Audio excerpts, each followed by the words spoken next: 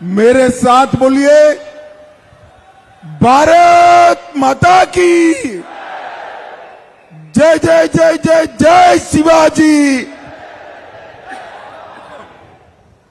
जय जय जय जय जय भवानी। आज जालना की इस चुनाव सभा में मंच पर उपस्थित हम सबके पूरे महाराष्ट्र के लोकप्रिय नेता श्रीमान देवेंद्र फडणवीस जी, केंद्र सरकार में मंत्री श्री भागवत कराड जी, अतुल सावे जी, संजय केणेकर जी, हमारे वरिष्ठ नेता हरिभाऊ नाना बागड़े जी, राज्यसभा के सांसद अजीत गोपछड़े जी, संतोष पाटिल जी, नारायण कुचे जी, विश्वास पाठक जी, और आज जिनको जिताने के लिए मैं यहां आया हूं, श्रीमान राव साहेब दानवे पाटिल जी। राव साहब खड़े होइए, जरा जोर से ताली बजाओ राव साहब के लिए। और आज के कार्यक्रम में यहां उपस्थित प्यारे भाइयों बहनों माताओं और मेरे जिगर के टुकड़े जैसे युवा मित्रों, आप सभी को नमस्कार, मेरा राम राम। सबसे पहले मैं पैठान के ज्योतिर्लिंग को राजुरेश्वर गणपति मंदिर को, मम्मा देवी मंदिर को, घुर्गा माता मंदिर को प्रणाम कर कर मेरी बात की शुरुआत करना चाहता हूं। आज मैं यहां आया हूं तब मराठावाड़ा मुक्ति संग्राम के वीर सेनानी जनार्दन मामा को भी प्रणाम कर कर मेरी बात की शुरुआत करना चाहता हूं। भाइयों बहनों, जब मराठावाड़ की इस धरती पर आया हूं तब सरदार पटेल और स्वामी रामानंद तीर्थ को भी प्रणाम करना चाहता हूं, जिन्होंने निजाम के पंजे से हमारे मराठावाड़ा को मुक्त करने का काम किया था। भाइयों बहनों, आने वाला चुनाव देश के लिए बहुत महत्वपूर्ण चुनाव। दो खेमे लगे हैं, दोनों खेमों में सेनाएं सजी हुई है और देश की जनता ने, जालना की जनता ने ये तय करना है कि अगले 5 साल तक ये देश किन के हाथों में रहेगा, किस पार्टी के हाथ में रहेगा, किस नेता के हाथ। भाई और बहनों, एक और ये इंडी अलायंस है, 12 लाख करोड़ के घपले घोटाले भ्रष्टाचार करने वाला इंडी अलायंस अभी उनके मंत्री के यहां से 30 करोड़ रुपया कैश पकड़ा गया। कांग्रेस के एक एमपी के यहां से 350 करोड़ रुपया पकड़ा गया था। ममता जी के मंत्री के यहां से 50 करोड़ रुपया पकड़ा गया था। और कल झारखंड मुक्ति मोर्चा के मंत्री के पीए के यहां से 30 करोड़ रुपया। 10 साल में 12 लाख करोड़ के घपले घोटाले भ्रष्टाचार करने वाला ये इंडी अलायंस राहुल बाबा के नेतृत्व में। और दूसरी ओर 23 साल से मुख्यमंत्री और प्रधानमंत्री रहने के बावजूद जिनके खिलाफ 25 पैसे का आरोप कोई नहीं लगा सकता, ऐसे हमारे नेता नरेंद्र मोदी है। मित्रों, ये दोनों के बीच में जालना वालों आपको तय करना है। एक और थोड़ी थोड़ी गर्मी बढ़ते ही बैंकॉक और थाईलैंड छुट्टी पर जाने वाले राहुल बाबा है, और दूसरी ओर 23 साल से एक दिन भी की छुट्टी लिए बगैर भारत माता की सेवा में लगे हुए नरेंद्र मोदी है। ये दोनों के बीच में आपको चुनाव करना है। आज मैं यहां आया हूं तब राव साहब को दिया हुआ आपका एक एक वोट, उनके नाम के सामने जो कमल निशान है उस पर दिया हुआ एक एक वोट सीधा नरेंद्र मोदी को तीसरी बार प्रधानमंत्री बनाने के काम में आने वाला है। भाइयों बहनों, नरेंद्र मोदी जी ने इस देश को सुरक्षित बनाया, समृद्ध बनाया, आगे बढ़ाया, दुनिया में देश का सम्मान बढ़ाने का काम किया। मैं आज जालना वालों को पूछना चाहता हूं, भाइयों बहनों बताओ, अयोध्या में राम मंदिर बनना चाहिए था या नहीं बनना चाहिए था? अरे जोर से बोलो, अंतक बनना चाहिए था या नहीं बनना चाहिए था? एक कांग्रेस वालों ने, इंडिया अलायंस वालों ने, शरद राव एंड कंपनी ने सालों तक राम मंदिर को रोक कर रखा। मोदी जी ने एक 5 ही साल में राम मंदिर का केस भी जीता, भूमि पूजन भी किया और 22 जनवरी को प्राण प्रतिष्ठा कर कर जय श्री राम कर दिया। और भाइयों बहनों, जब प्राण प्रतिष्ठा का निमंत्रण इंडिया अलायंस वालों को दिया गया, अलग अलग बहाने कर कर वो इसका बहिष्कार कर गए, क्योंकि उनको डर है कि रामलल्ला की प्राण प्रतिष्ठा में गए तो उनकी वोट बैंक उनसे नाराज हो जाएगी। उनकी वोट बैंक कौन है मालूम है ना जालना वालों? मालूम है या नहीं है? आप नहीं हो, मगर मैं बताता हूं, भारतीय जनता पार्टी वाले ये वोट बैंक से नहीं डरते हैं। हमने न केवल राम मंदिर, मोदी जी ने काशी विश्वनाथ का मंदिर का पुनरुद्धार किया और सोमनाथ का मंदिर भी सोने का बनाने का काम चल रहा है। भाइयों बहनों, मुझे बताइए कि ये जो कश्मीर है ये हमारा है या नहीं है? जोर से बोले, कश्मीर हमारा है या नहीं है?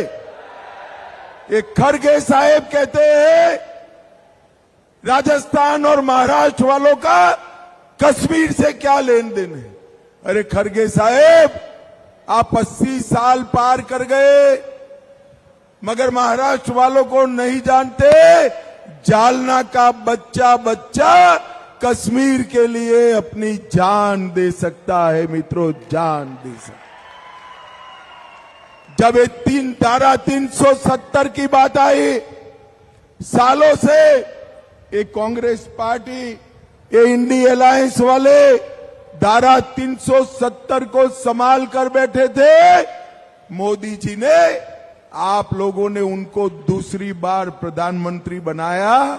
मोदी जी ने 5 अगस्त 2019 को धारा 370 को समाप्त कर दिया और आज पूरा कश्मीर भारत का एक अभिन्न हिस्सा बना है।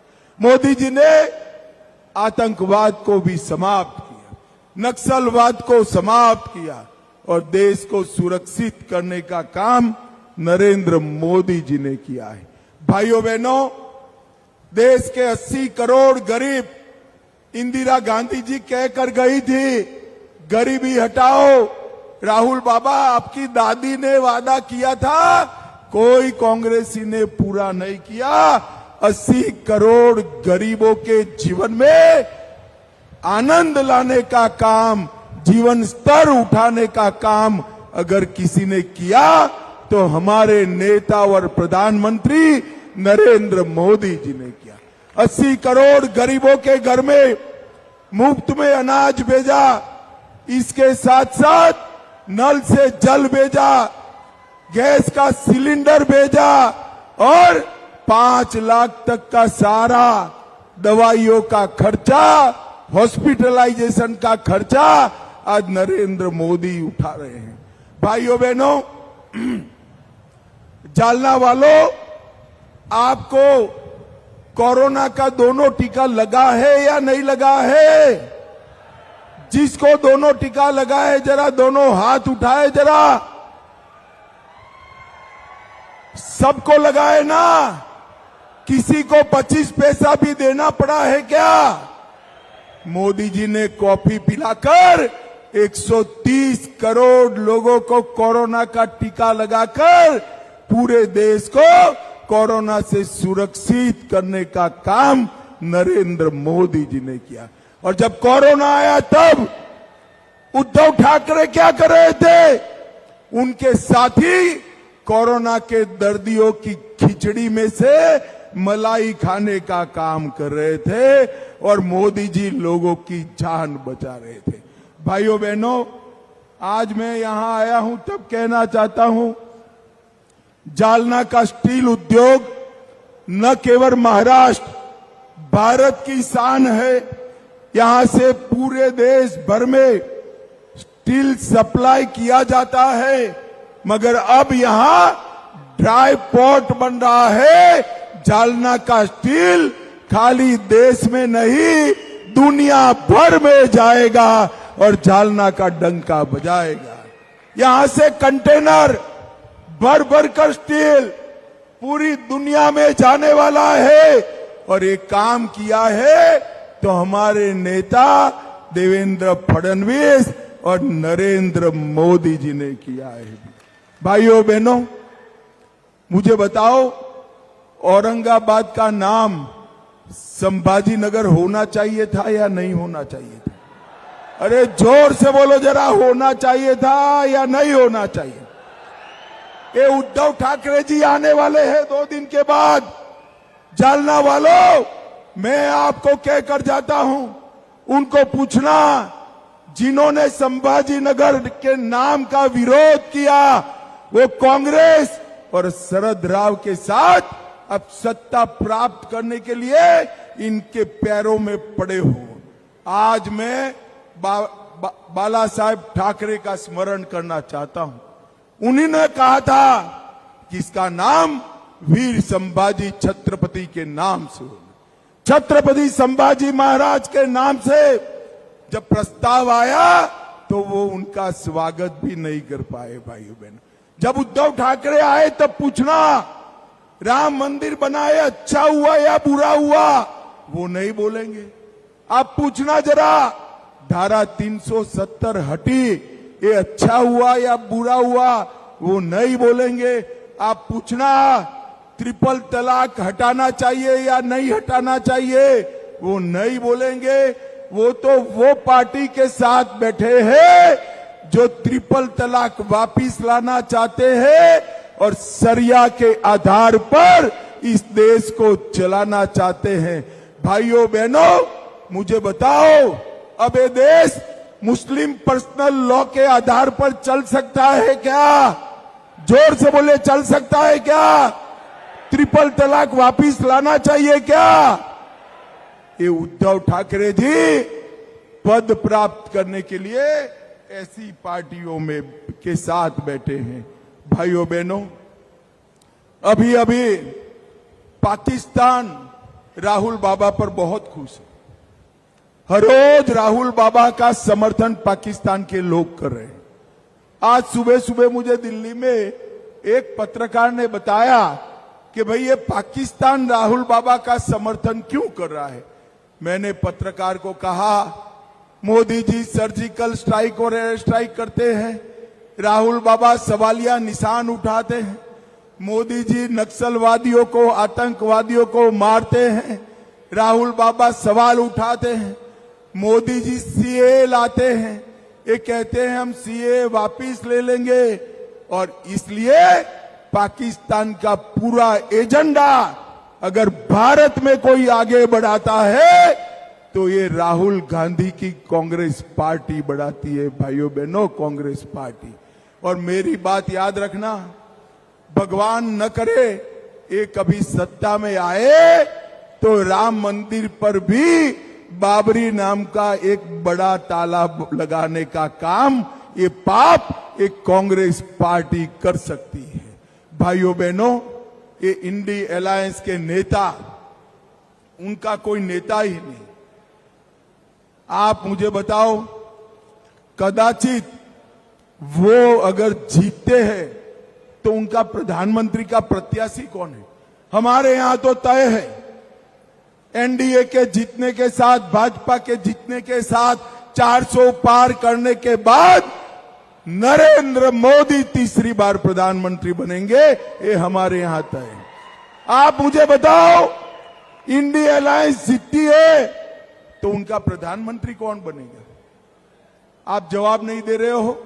मैं एक एक कर पूछता हूं, ममता जी को बनाना चाहिए क्या? जोर से बोलो, बनाना चाहिए? स्टालिन को बनाना चाहिए? भाई आप हंसना मत जरा, अंतिम नाम पूछता हूं मैं, राहुल बाबा को बनाना चाहिए क्या? जब किसी इंडिया अलायंस के एक नेता को पूछा आपका प्रधानमंत्री कौन बनेगा, उन्होंने कहा एक एक साल बारी बारी बनेंगे। अरे इंडिया अलायंस वालों, ये भारत है, इतना बड़ा देश ऐसे नहीं चल सकता। आप भागीदारी कंपनी नहीं चला रहे हो। भाइयों बहनों, उनके पास ना नेता है, ना नीयत है, ना कार्यक्रम है। नरेंद्र मोदी जी के पास 10 साल का किया हुआ कामों का हिसाब भी है और 25 साल का एजेंडा भी नरेंद्र मोदी जी के पास है। नरेंद्र मोदी जी को तीसरी बार प्रधानमंत्री बनाने का मतलब है इस देश को हर क्षेत्र में दुनिया में भारत को नंबर 1 बनाना। नरेंद्र मोदी को तीसरी बार प्रधानमंत्री बनाने का मतलब है पाकिस्तान को गोली का जवाब गोले से देकर मुंह तोड़ जवाब देना। नरेंद्र मोदी को तीसरी बार प्रधानमंत्री बनाने का मतलब है करोड़ों करोड़ों युवाओं को विश्व के युवाओं के साथ 2-2 हाथ करने का मंच देना। और नरेंद्र मोदी जी को प्रधानमंत्री बनाने का मतलब है हमारे देश को दुनिया में प्रतिष्ठा दिलाना। भाइयों बहनों, मैं जब यहां आया हूं तब एक बात जरूर कहना चाहता हूं, ये इंडिया अलायंस वालों का 10 साल सरकार था। 10 साल में इंडिया अलायंस वालों ने महाराष्ट्र को सिर्फ 1,91,000 करोड़ रुपया दिया था, सिर्फ 1,91,000, जिसमें शरद राव जी खुद रेलवे कृषि मंत्री थे। और जब मोदी जी की सरकार आई, देवेंद्र फडणवीस मुख्यमंत्री बने, 10 साल में मोदी जी ने महाराष्ट्र के विकास के लिए 1,91,000 करोड़ की जगह 9,80,000 करोड़ रुपया देने का काम नरेंद्र मोदी जी ने। ढेर सारे इंफ्रास्ट्रक्चर के प्रोजेक्ट्स दिए और देवेंद्र जी ने इन्वेस्टमेंट में महाराष्ट्र को पूरी भारत में नंबर 1 पर लाने का काम हमारे देवेंद्र फडणवीस ने किया। जालना वालों, अंत में मैं इतना ही कहना चाहता हूं, ये इंडिया अलायंस वालों के पास कोई प्रोग्राम नहीं है। वो देश को, महाराष्ट्र को आगे नहीं ले जा सकते। महाराष्ट्र को और देश को अगर कोई आगे ले जा सकता है तो केवल और केवल भारतीय जनता पार्टी के नेता नरेंद्र मोदी जी ले जा सकते हैं और कोई नहीं ले जा सकता। राव साहेब दानवे यहां से भाजपा के प्रत्याशी, मैं देश भर में जहां जहां जाता हूं वहां कहते हैं हमारे प्रत्याशी को आप पद दीजिए, पद दीजिए। मैं आज कहकर जाता हूं, आपने 5 बार राव साहब को चुना है, 6ठी बार चुन लीजिए। राव साहब बहुत बड़े आदमी बनने वाले हैं, मेरी बात याद रखना, बहुत बड़े आदमी। राव साहब ने 5 बार सांसद, 2 बार विधायक रहकर इस समग्र क्षेत्र को आगे बढ़ाने का काम किया है। 6ठी बार सांसद बना दो, जालना को सभी मत क्षेत्र में टॉप पर लाने का काम नरेंद्र मोदी जी करेंगे मित्रों, नरेंद्र मोदी जी। मुझे बताइए, मोदी जी को आप सभी लोग तीसरी बार प्रधानमंत्री बनाएंगे क्या? जोर से बोलो, बनाएंगे? कमल के निशान पर बटन दबाएंगे? राव साहब दानवे को 6ठी बार सांसद बनाएंगे? 400 पार कराएंगे? तो मेरे साथ दोनों हाथ उठाइए, उठाइए दोनों हाथ, विजय के संकल्प की मुट्ठी पीछे और प्रचंड आवाज से बोलिए, भारत माता की जय श्री राम, जय जय श्री राम।